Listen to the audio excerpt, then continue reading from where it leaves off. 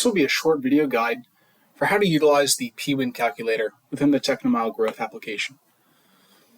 I'm logged in to Technomile, and I'm looking at an individual opportunity that I want to conduct the Pwin assessment for. Clicking the ellipses on the right-hand side, I'll select Pwin and PGO.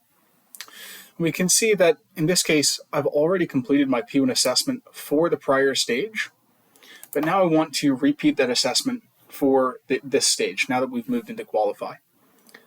Keep in mind, your organization may have a unique series of questions that have been laid out for you to respond. Simply go down the list, read the question, select the appropriate answer choice. If there is context as to why you have selected your answer, you'll see that there is a note space, so you can come and add your comments to justify your answer or show your thinking. Continuing on down the list, you'll see the progress increase as we proceed to answer further questions, until we have completed all of the questions posed to us. When we click Save, we'll see the screen refresh and that updated Pwin number determined.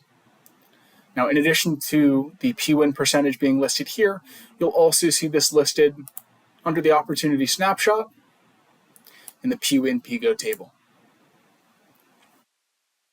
Additionally, when looking at the Pwin section, the PGO calculator is available to you.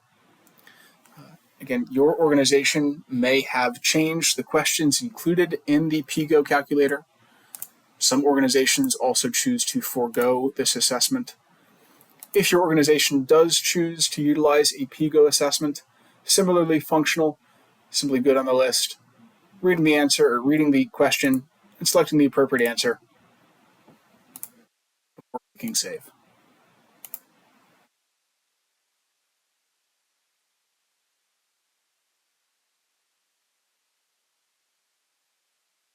Just as we saw in Pwin, once we save, our PGO score will be updated.